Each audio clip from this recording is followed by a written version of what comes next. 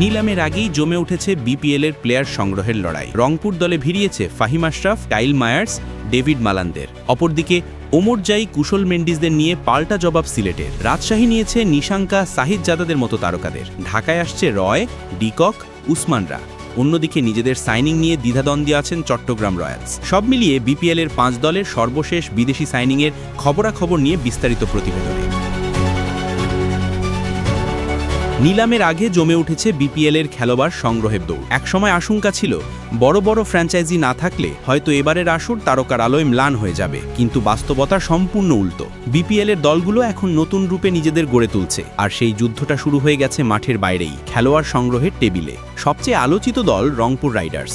গত আসরে বরিশালের হয়ে দুর্দান্ত পারফর্ম করা তারকাদের দলে ভিড়িয়েছে তারা। ক্যারিবীয় তারকা Kyle Myers, English batting magician David Malan আর পাকিস্তানের অলরাউন্ডার ফাহিম আশরাফ সবাই থাকছেন রংপুরের জার্সিতে। পাশাপাশি থাকছেন খুশদিল শাহ ও জাবেদও।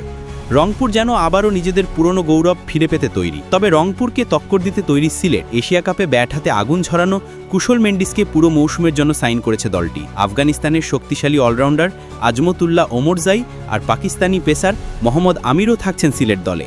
তার উপর বাড়তি চমক, English off spinning allrounder Moeen Ali, জিম্বাবুয়ের পাওয়ার হিটার ব্রায়ান বানেট নিয়েও চলছে আলোচনার ঝড়। রাজশাহী ওয়ারিয়র্স এবার অনেকটা ভারসাম্যপূর্ণ দল গড়ছে। Lankan batter Pathum Nissanka, Pakistani top order batter Sahibzada Farhan ও বাঁহাতি পেসার বিনুরা ফার্নান্ডোকে নিয়ে তারা গড়ছে ভয়ঙ্কর এক স্কোয়াড।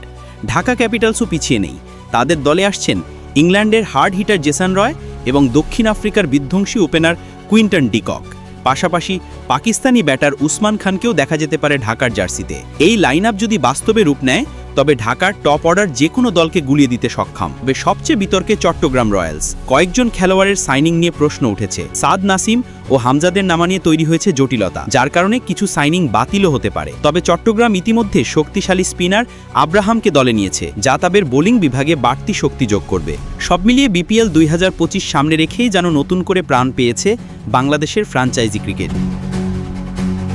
পুরনো ফ্র্যাঞ্চাইজিদের বিদায়ের পরও নতুন দলগুলো বিদেশি তারকাদের টেনে এনে ভক্তদের মধ্যে নতুন উত্তেজনা ছড়িয়ে দিয়েছে। এখন শুধু অপেক্ষা মাঠে নামার, যেখানে দেখা যাবে কারা সত্যি বিপিএলের রাজা হয়ে উঠতে পারে।